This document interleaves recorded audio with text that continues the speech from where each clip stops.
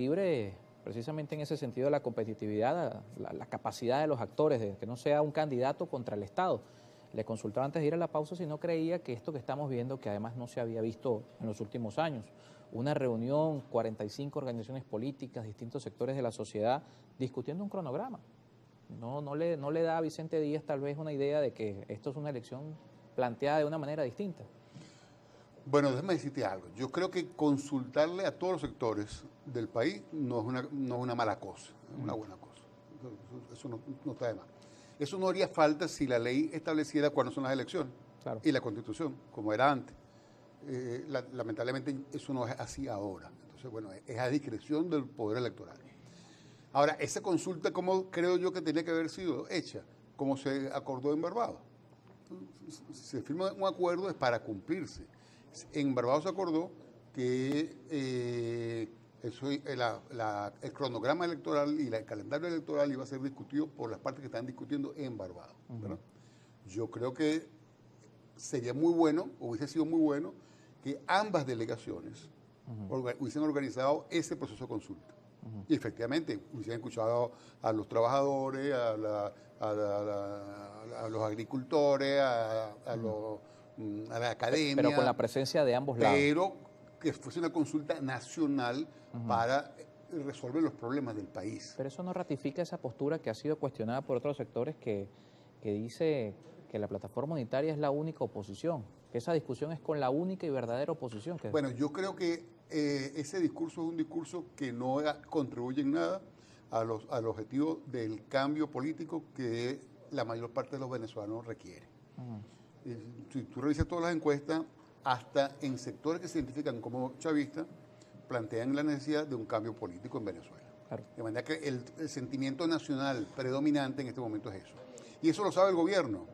Eso lo sabe el gobierno perfectamente porque lee las mismas encuestas, seguramente que lee hasta mejores encuestas, y tiene todos los metadatos de todas las redes sociales y todos los sistemas del carnet de la patria y todas estas cosas que son una fuente de información vital sobre el comportamiento, la actitud, las emociones del venezolano. De manera que esa radiografía la tiene perfectamente ubicada el gobierno. Por eso la estrategia de ellos es tratar de empujar a un sector hacia la abstención, una estrategia de vieja data, y la otra es tratar de multiplicar y dividir el voto opositor, dispersarlo, ¿no?, en la mayor cantidad posible de candidaturas. El hecho que se haga una consulta que no es vinculante, lo que van a presentar o firmar no es vinculante de ninguna manera. El Consejo Nacional Electoral tiene su competencia y es el que decide. Pero todos sabemos, frente a la realidad que tenemos de cómo están integrados los poderes públicos, que lo que se decide en el Consejo Nacional Electoral va a estar fuertemente influido por los intereses del partido de gobierno. Eso va a ser de esa manera. Y eso ha sido así durante mucho tiempo. A pesar de eso se ha ganado.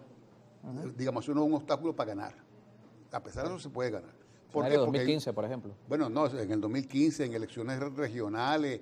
En las elecciones regionales, por ejemplo, las últimas, el voto opositor superó con creces el voto oficialista. Lo que pasa es que la oposición fue dividida en buena parte de los estados y por eso se perdieron aproximadamente 10 gobernaciones y un sinnúmero de alcaldías. Si hubiesen ido unidos, creo que esa realidad hubiese sido otra. Y ese triunfo en voto popular se hubiese traducido en triunfo en control administrativo, claro, de gobernaciones y alcaldías. Entonces, por eso es que ese discurso de quién es la verdadera oposición, lo que hace es terminar dispersando el voto opositor. Yo creo que aquí... Pero eso traslada el problema a la oposición, no al sistema ni a las condiciones electorales. Por supuesto, es que aquí, digamos, el gobierno pone unas reglas del juego complicadas y hace que la cancha de la oposición sea cuesta arriba, ¿no? Es un juego de fútbol donde la cancha donde juega el gobierno es cuesta abajo, ¿no? Y la cancha donde juega la oposición es cuesta arriba. O sea, hacia donde tiene que, hacia la arquería, donde tiene que apuntar los goles. Es la misma cancha, pero con una inclinación que favorece al gobierno. Porque dicho eso, que así ha sido en casi todas las elecciones, ahora va a ser peor. Y ahora va a ser peor, ¿por qué? Porque el gobierno está en una situación de precariedad electoral sin precedentes. Y esa es la realidad. ¿Por qué está en esa situación? Bueno, por múltiples razones. Una por su propia gestión, mala gestión, el exceso de corrupción, las gringolas ideológicas para manejar la economía, y luego el cuerpo sancionatorio sobre la imposibilidad de comercializar nuestro principal recurso, que es el petróleo, el de hacer movimientos financieros, es decir, todo ese conjunto de cosas han creado una realidad política que no es buena para el gobierno. Claro. Y una oportunidad de cambio tremenda para la oposición. Pero si la oposición se presenta dividida en múltiples candidaturas y una parte se va a la abstención, y bueno, eso no es responsabilidad del gobierno. El gobierno va a estimular eso, pero una cosa es que lo estimule y otra cosa es que lo logre. Claro. ¿No? Y el que lo estimule va a ser parte del plan de trabajo del gobierno, es el libreto, es el guión que va a hacer el gobierno, que lo sabe todo el mundo, o sea, no es sorpresa.